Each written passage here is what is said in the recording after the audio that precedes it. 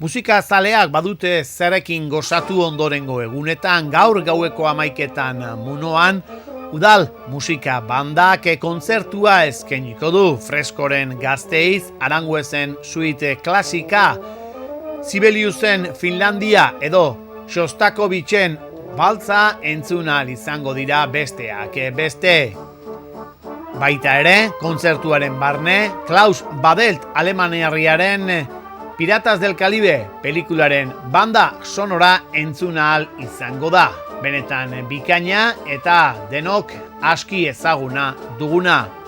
Josu Izaztiren gidaritzapean arituko da udal banda, joan den urtean Oskorrirekin entzun ahal izan genituen gure itsasertzeko pasea bidean eta gaur gauean Munoan izango ditugu.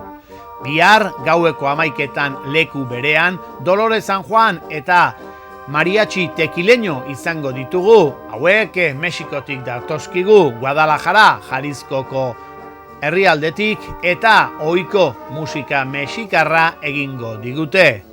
Talde aski ezaguna da eta munduan zehar baster asko ezagutu dituena. Biharkoan Zarautzan ditugu gaueko 11etan, beraz musika mexikarra gogoko duzuenok zita utzi ezina izango duzue Munoan.